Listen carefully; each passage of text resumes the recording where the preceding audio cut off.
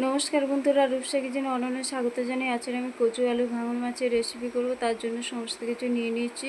তো ফার্স্ট আমি কচুটাকে ছাড়িয়ে কেটে নেব, দেখতেই পাচ্ছেন। তো বন্ধুরা, তোমাদের কার কার কচু আলু ভাঙন মাছের রেসিপি ভালো লাগবে অবশ্যই আমাকে কমেন্ট করবে।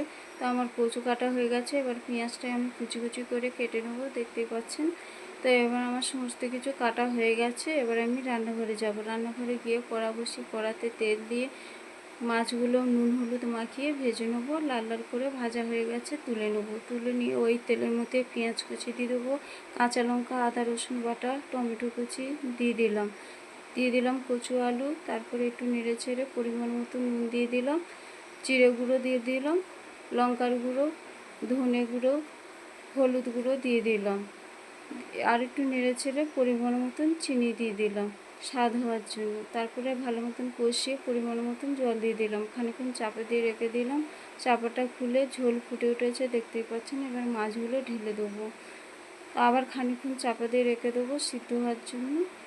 তো দেখুন আমার এবারে ভালো মতন সিদ্ধ হয়ে গেছে। এবার ধনে পাতা দিয়ে নামিয়ে নেবো। দেখতেই পাচ্ছেন বন্ধুরা, কচু আলু ভাঙন মাছের রেসিপি রেডি হয়ে গেছে। এবার আমি খেয়ে দেখাবো কেমন হয়েছে। সত্যি বলছি বন্ধুরা, খুবই ভালো হয়েছে।